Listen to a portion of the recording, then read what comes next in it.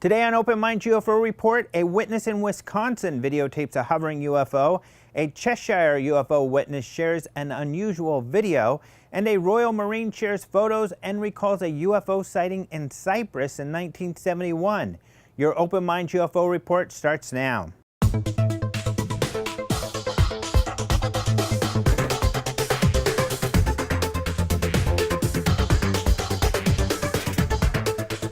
Hello and welcome to the Open Mind UFO Report. My name is Alejandro Rojas. A witness in Milwaukee, Wisconsin reported watching and videotaping a hovering object with red, white, and blue lights, according to a report sent to the Mutual UFO Network, also known as MUFON. 4 witnesses were sitting outside on a front porch when the object was first noticed at 9:30 p.m. on September 16, 2016. Our friend David saw the craft first and brought it to our attention. The reporting witness stated, "The craft hovered for a minute or two and then it moved around a bit, stopping and hovering at random. The witness noticed red, white, and blue lights on the object that flashed sequentially. The witness said the object continued to move around and hover at times before flying off. One of the witnesses noticed another object. The witness wrote, "A few minutes later, our roommate, Caitlin, saw an object creating a white strip in the sky. As it passed over the moon, the object appeared black. The object appeared to be moving east-northeast from high atmosphere to lower altitude, out of sight, heading towards the beach lake in the same place other objects have disappeared to." The witness provided 3 video uploads with the MUFON report, which was filed on September 17, 2016. Wisconsin MUFON State Director Susan Brittonen investigated and closed the case as an unknown. The witness and 3 other adults witnessed a triangular-shaped object flying in a direction coming from Lake Michigan, Brittonen stated in her report. The lake is about 8 blocks from their location. The object had 3 red lights on the bottom with some white and blue lights running along its sides. The following evening, September 16, 2016, at 9:30 p.m., the same or similar object returned almost the same place in the sky and exhibited flight characteristics the same as the first sighting. Brittonen provided more details in her report. The surface of the object was dull, the size was unknown, the light characteristics were flashing sequentially, the elevation was unknown, the lowest altitude was over 500 feet, and the distance was 501 feet to 1 mile. The flight path was from the southwest to the northeast. The object would fly and hover, then fly to a different direction and hover. It would move around randomly and hover, and then flew out of sight towards the northeast at rapidly increased speed. As with many UFO sightings with flashing lights, online commenters have suggested the object was a drone. Feel free to tell us what you think in the comments below. A British witness at Macclesfield, a town in Cheshire, England, reported watching and videotaping an odd-shaped object floating in the air near his home, according to another MUFON report. The witness was standing in his kitchen waiting to be picked up by a friend when the object was first noticed on August 25, 2016. "I noticed a black object floating up in the air," the witness stated. "Being into UFOs, I quickly grabbed my phone and recorded it. At the time, I considered it could be a balloon, and I was also quite late already, which is why I didn't film for any longer. It was only when I got home and zoomed in on the video that I realized what a strange shape it was."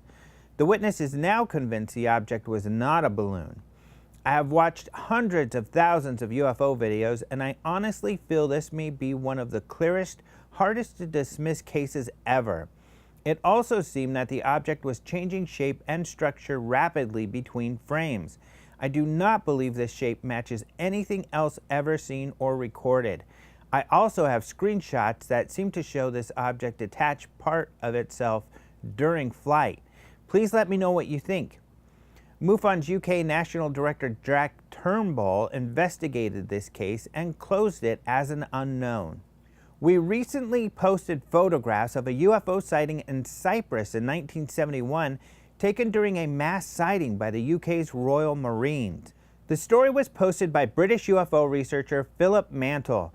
Mantle is part of the British UFO Research Association, and he recalled working on this case in conjunction with another British UFO organization, the Plymouth UFO Research Group. The witness was a regimental sergeant major in the Royal Marines when the sighting took place. He described the incident to the Plymouth UFO Research Group. The witness did not want to use his name, so he is referred to as Steve.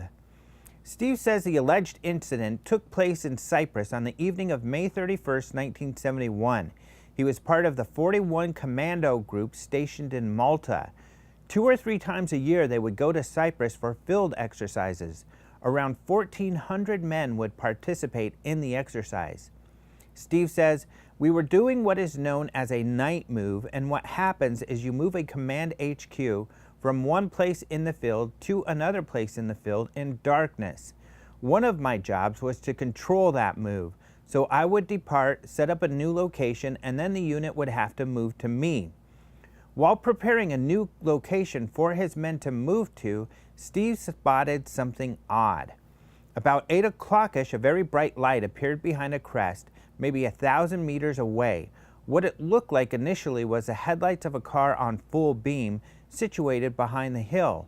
Because this was a night move with no lights, I got on the radio, gave my call sign, and told them to turn the lights off. The light just got stronger, so I transmitted again, negative lights. As I'm talking, this light came over the crest about 1,000 meters away, and you go, "It's not bloody headlights, it's a flare." The notion it was a flare frightened Steve because of the fire danger. There were 20 men at the location looking at the light, and they all ruled out the light being a flare. The main mass of light was almost spherical, but it was putting out so much radiance it looked like nothing you'd ever seen before, Steve recalled. All it was like was a burning ball of light. The light was extremely bright, and when I'm talking about extremely bright, I've never seen anything as bright in my life.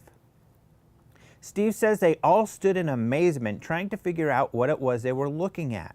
He could hear others talking about it over the radio as well. He believes all 1,400 men or so participating in the exercise saw it. "We watched this for 22 minutes, Steve continued. We were all professional observers. I carry powerful binoculars, night glasses, and there was about half a dozen pairs of binoculars there." Steve says the object was moving away, apparently taking the whole 22 minutes to move out of sight. "A point I want to make is that there was no impression of speed, sound, or movement. You were looking at something that seems to drift past you. I've been trained for 27 years to judge distances. That's what I'm paid for. But I couldn't tell you if that was 1,000 meters high, 5,000 meters high, 50-mile high. I'm also a professional parachutist, so I know distances in the air, but I couldn't tell you how far away it was or how high. It was just something you'd never seen before." The men were told that what they had seen was a rocket launch. However, Steve says he was later told by a colonel that after investigation, they had determined it was a UFO. Hundreds of pictures of the object were allegedly taken. However, the men were ordered to turn in all their photos and videos of the object. Steve got these pictures from a naval publicity photographer. The photographer had turned in his negatives, but had made these prints first. That's your Open Minds UFO report for today. You can find these stories and more at openminds.tv. We post fresh UFO news daily. You can also follow us on Twitter at OpenMindsTV, and you can find us on Facebook. You can now view lectures from the International UFO Congress on our Open Minds UFO video portal. For one low price, you can gain access to an archive of lectures and other Open Minds production videos. We have also opened up registration for the 26th Annual International UFO Congress. Most of the speakers have been listed. If you want to get your tickets at discounted prices, order your early bird tickets now at ufocongress.com. Let us know if you enjoyed today's episode by liking the episode on YouTube and leaving us your comments in the section below. You can also download our podcast, Open Minds UFO Radio, on iTunes or at openminds.tv/radio. Thanks again for joining us today for Open Minds.tv. I'm Alejandro Rojas.